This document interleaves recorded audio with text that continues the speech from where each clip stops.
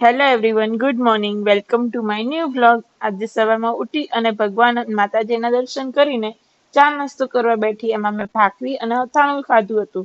અને દુકાનેથી કોલ આવ્યો એટલે મમ્મી દુકાને ચા આપવા ગઈ હતી અને ત્યાંથી શાક પણ લેવા ગઈ હતી. તેને આવતા થોડુંક લેટ થયું તો મને થયું કે લાવને કંઈક કામ કરી નાખું. તો મેં ફટાફટ બધું ઝાપટ્યું અને કચરો વાળ્યો અને ત્યાં બેઠી જ હતી તો થયું કે લાઈને મમ્મી દાળ બાફી ગઈ છે અને ભાત પણ મૂક્યા જ છે, તો હું અહીંયા જ ઊભી હતી ભાતને જોવા.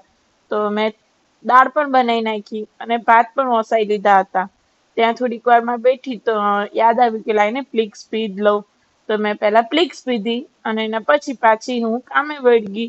તેમાં પહેલા તો રોટલી હતી એટલે મમ્મીને રોટલી કરાવી અને પછી હું ને મમ્મી બે સાથે જમવા બેસી ગયા.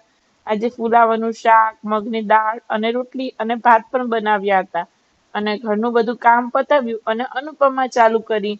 અનુપમા જોઈ, પછી થોડીક વાર બિગ બોસ પણ જોયું બપોરે. અને સાંજનો ટાઈમ થયો એટલે મમ્મીએ કીધું કે દીવાબત્તી કરી નાખ પહેલા. તો મેં પહેલા ભગવાનના દીવા અને આરતી બંને કર્યું અને પછી માતાજીએ દીવા આરતી કર્યા. એના પછી હું થોડીક વાર બેઠી. મમ્મીએ પૂછ્યું કે શું બનાવ તો મમ્મી તો ભાખરી જ બનાવી હતી.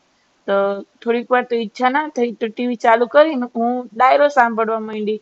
કારણ કે પપ્પાએ ડાયરો ચાલુ કર્યો હતો. તો રાત્રે 11 વાગતે મને છે ભૂખ લાગી.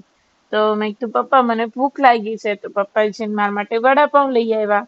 બસ તો મેં રાત્રે વડાપાઉં ખાધું હતું અને રાત્રે પછી કરી સ્કિન કેર.